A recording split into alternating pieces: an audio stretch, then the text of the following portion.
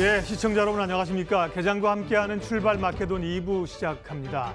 미국 증시가 초반에 좀 오르는 것 같더니만 또 좀 다우 같은 경우 밀리면서 끝났어요. 여전히 좀 불안감들이 계속되는 그런 상황이고요.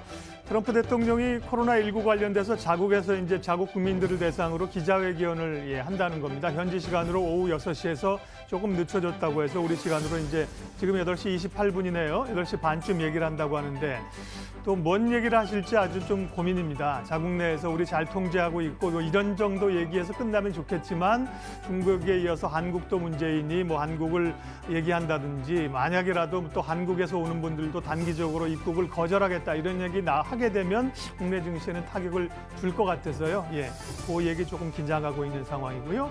금융통화위원회 오늘 또 어떤 결정을 내릴지도 주목하고 있는 상황들입니다. 긴박한 오늘 또 목요일인데요. 흐름들 계속해서 쫓아가도록 하겠습니다.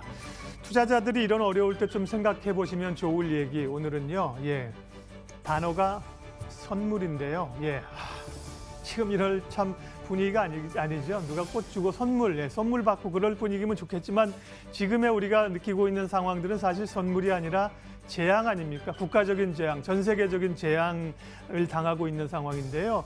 왜 투자와 관련해서 이 꽃다발과 함께 선물이라는 단어를 꺼내 들었는가? 예, 그 이유를 말씀드리겠습니다. 피터 컨들이라고요. 가치 투자자입니다. 근데 이제 캐나다의 그 유명한 가치 투자자이고요. 캐나다의 워렌 버핏이라고 불리는 분. 아주 유명한 컨딜 펀드를 유명해서 굉장히 경이적인 수익률을 낸 분인데 사실 불치병으로 꽤 젊은 나이에 돌아가신 분인데요. 이런 얘기를 했습니다. 피터 컨들이요. 어떤 투자도 쉽게 성공할 수 있는 것은 아니다. 거의 언제나 한 번쯤은 어떤 이유에서건 급락을 겪게 마련이다. 그러면서 참 저는 궁금한 게 이런 얘기를 합니다. 우리는 여러 가지 경험을 통해서 그런 일이 벌어진다는 사실을 알고 있고 또 거기에 대해서 대응하는 방법을 패닉에 빠지지 않는 법을 우리는 배우게 됐다, 알게 됐다 이렇게 얘기했는데요. 예.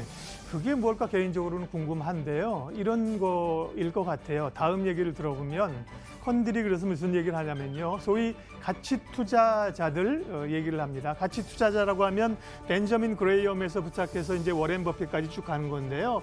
벤저민 그레이엄의 제자들은 즉 가치 투자자들은 그런 일시적인 하락을 하늘이 준 선물로 간주하며 평상시에 그런 위기에 대응하기 위해서 적지 않은 현금을 가지고 있기 때문에 일시적인 하락을 활용할 준비를 하고 있다.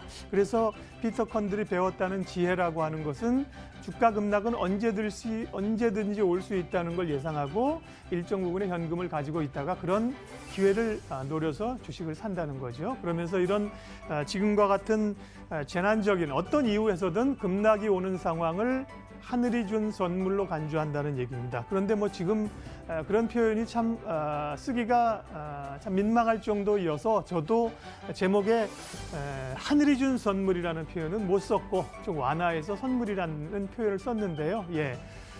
어렵긴 하지만 사실은 이럴 때도 누군가는 돈을 벌고 있고 자본시장이나 이 돈의 속성이라고 하는 게 사실은 도덕적으로는 옳지 못한 걸지 모르겠으나 함께 고민해야 될지 모르겠으나 누군가는 이 어려운 시기에 돈을 과거에도 벌더라. 그런 점에서 가치 투자자인 피터 컨들의 얘기를 어려운 상황이지만 잠깐 좀 꺼내 들었습니다. 예, 공감은 안 되시더라도 저는 황당한 소리를 하는 근거는 무엇인가? 지금이 하늘이 준 선물이라고 무얼 근거로 그런 얘기를 하는가? 한번쯤 생각해 보시면 어떨까요? 예, 출발 마케돈 2부 시작하겠습니다.